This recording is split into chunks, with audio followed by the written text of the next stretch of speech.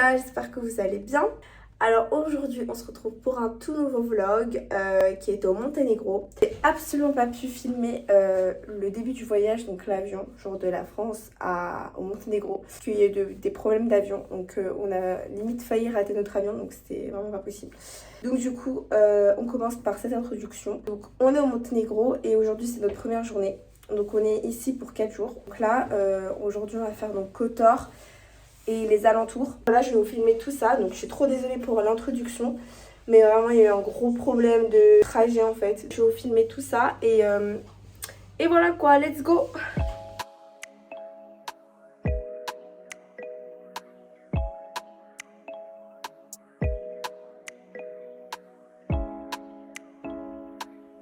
Arrivé à Kotor. Alors du coup ici apparemment c'est la vieille ville, donc ça fait penser apparemment à Venise et je crois que c'est aussi classé par le patrimoine de l'UNESCO ici.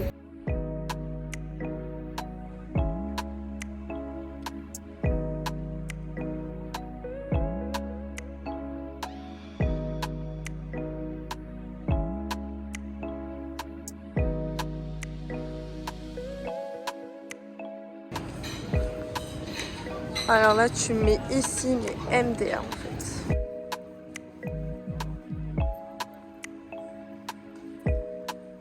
On va aller manger parce que du coup on se rend compte que Kotor en fait on va dire qu'il n'y a pas grand chose à faire, juste se promener quoi. On est dans des petites ruelles, c'est trop mignon.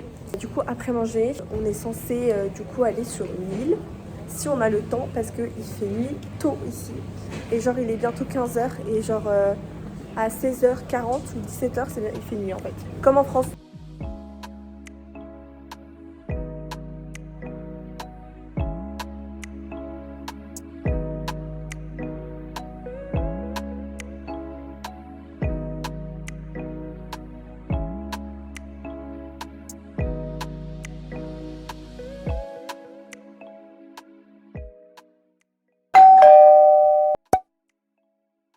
On s'est arrêté en mode road trip et regardez comment c'est grave beau genre. Alors attendez, je suis à contre-jour donc je vais vous montrer, je vais vraiment vous montrer comment c'est trop beau.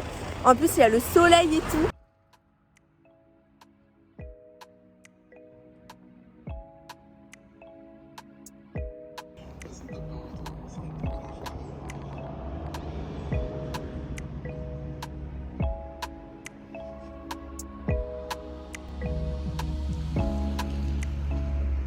Alors du coup on est à Péraste, en fait il n'y a personne, donc je crois que c'est vraiment un petit village. Et du coup Péraste c'est aussi connu pour son île qui est juste en face.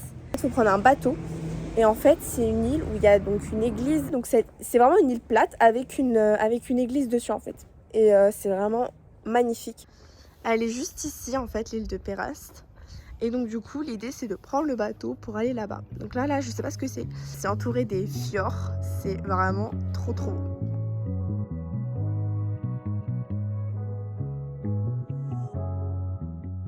En fait c'est vrai que le Monténégro c'est vraiment un pays qui est vraiment pas reconnu. Je trouve que c'est dommage parce que c'est vraiment magnifique. J'aime bien aller dans des pays où c'est pas connu justement pour partager quoi.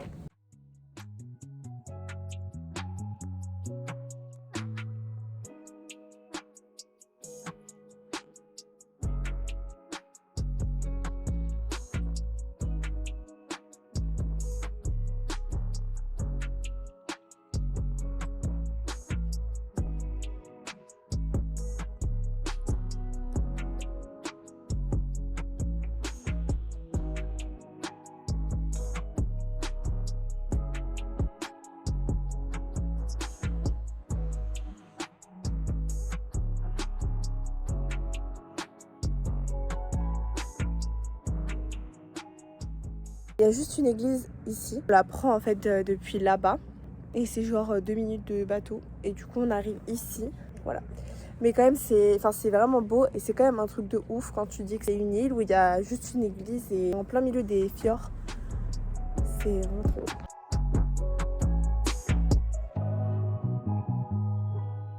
Coucou les gars, j'espère que vous allez bien. Alors aujourd'hui c'est le deuxième jour. J'ai pas pu filmer en fait hier soir parce qu'en fait il a fait nuit hyper tôt. Il a fait nuit genre à 16h40. Et du coup, on est juste allé au restaurant et puis après, on est rentré à l'hôtel. Et puis moi, du coup, j'ai travaillé parce que je suis étudiante. Aujourd'hui, le programme, on va sur le lac de Chirac. Je sais plus. Aussi le mettre en bas. Et après ça, on va aller à Sentinje, qui était l'ancienne capitale du Monténégro. Apparemment, il y a plein de maisons colorées, etc. Donc voilà, j'ai hâte de cette journée.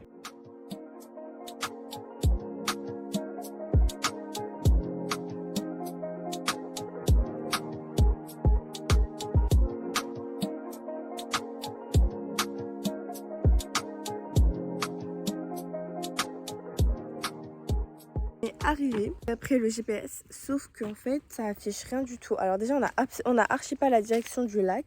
En fait on est dans la forêt, je sais pas si vous pouvez voir. On a garé la voiture juste là. Ça en fait on est là en fait. Il y a un portail. On sait pas du tout si c'est là. On sait pas du tout si c'est fermé, mais d'après le GPS nous sommes arrivés. Donc écoutez, on va essayer de rentrer pour voir. Je sais pas du tout où ça va. Petit update, du coup c'était pas là, tout était fermé. On va essayer de passer par une autre ville et apparemment il y a le lac.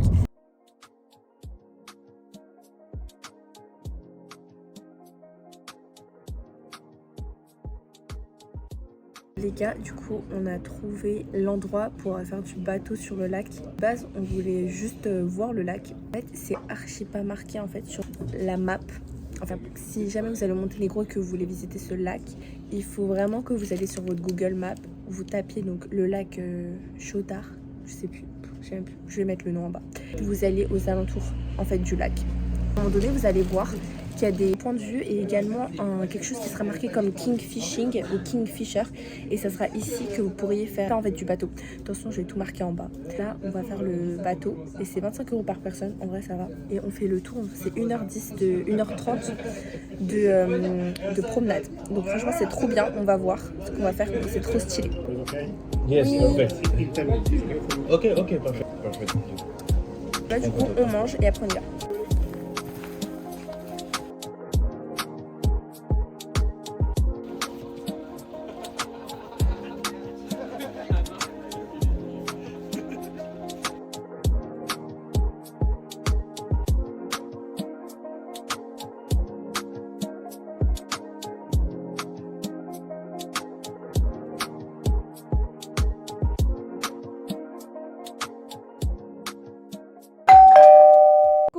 Alors du coup on vient de rentrer.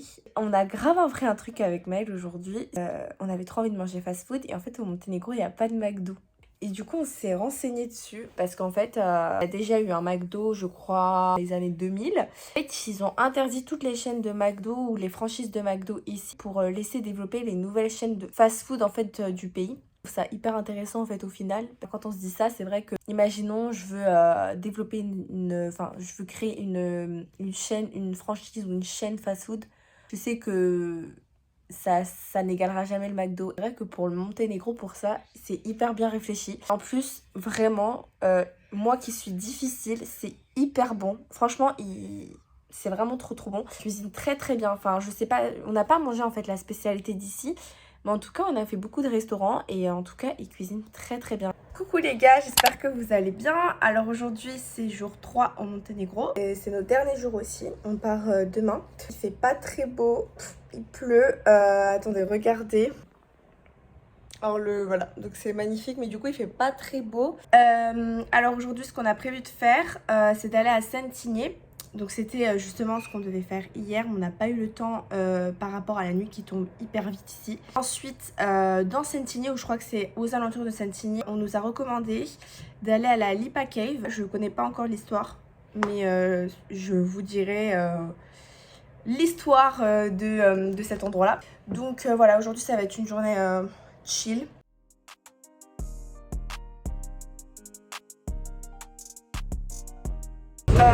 On est arrivé. Donc là en fait on prend un train. Du coup c'est censé nous amener jusqu'à la Lipa Cave. En tout cas sachez que l'activité ferme à 14h. Prenez bien un manteau parce qu'il fait trop froid. Moi je suis en robe et je suis en manteau. Je vais vraiment avoir froid. Donc, bref, let's go.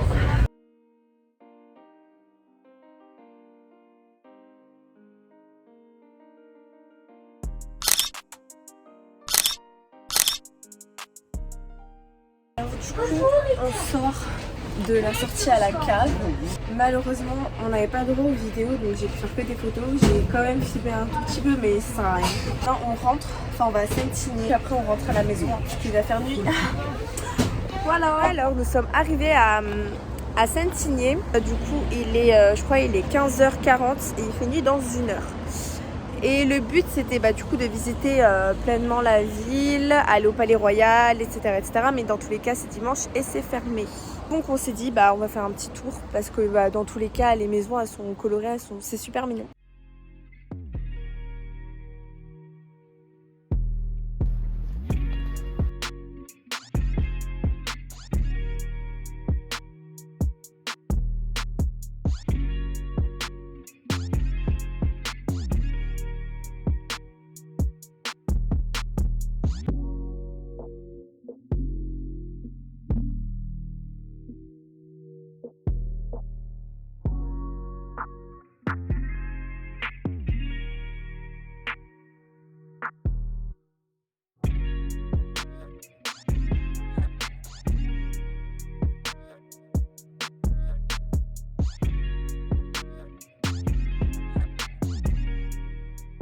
Bon au final tout est fermé, donc voilà, du coup on se balade, Balade, en vrai c'est hyper mignon. Donc voilà, en tout cas il y a des maisons colorées, on cherche le palais présidentiel parce que du coup Saint-Igny, c'est là où il y a la résidence du président. Donc du coup on le cherche mais on ne sait pas du tout où il est, donc voilà.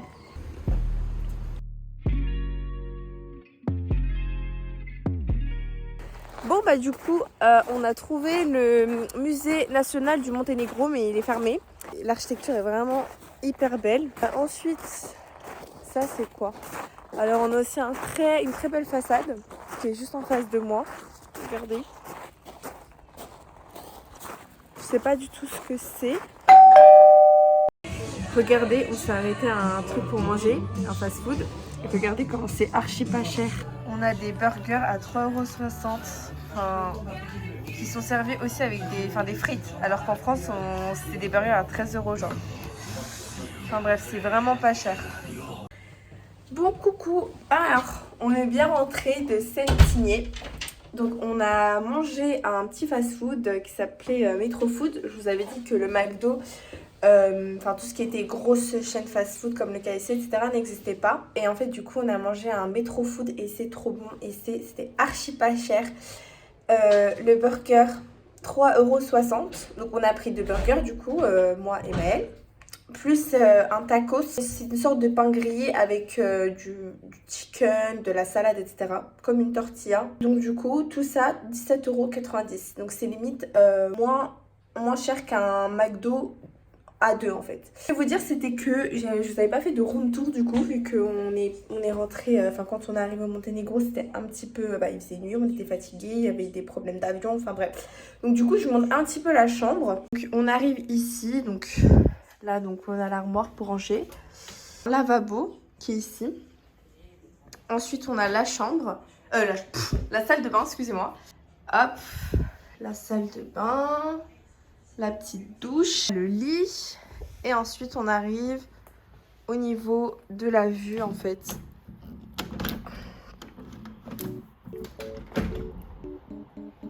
Comment on fait? On arrive là. Voilà.